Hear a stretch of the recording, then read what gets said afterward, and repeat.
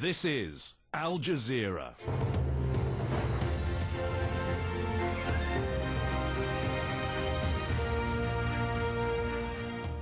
Okay, kicking off a very busy news hour, coming to you live from Doha. Good to have your company. I'm David Foster. And from our news centres here in Doha and in Kuala Lumpur, these are the main stories on Al Jazeera. In danger of spiralling out of control, at least 7 killed in Iran violence. Now rival supporters get set to face off in one of Tehran's main squares. Iran's powerful Guardian Council says the votes of the people in the presidential election will be recounted.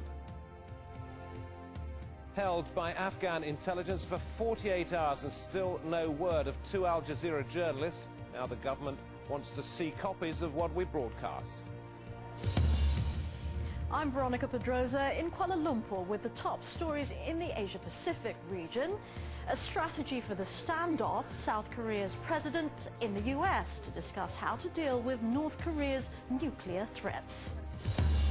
And also in this news hour, we're off to the capital of the Somali pirates' den, looking for their loot.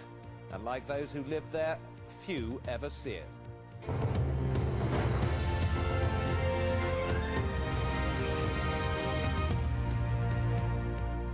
It's all happening very quickly. Within the last hour, Iran's powerful Guardian Council has announced that it will recount the votes cast in last week's disputed presidential elections.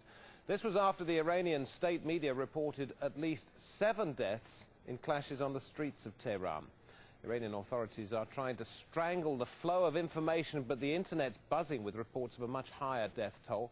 And perhaps the biggest flashpoint since the election will be in round about 3 hours' time, less than 3 hours in fact. Supporters of both sides plan to stage mass rallies at the same time in Tehran's Valiasa Square. We're going to have analysis and reaction to the rapidly moving events there in coming hours. This report, though, first from Stephanie Scowen.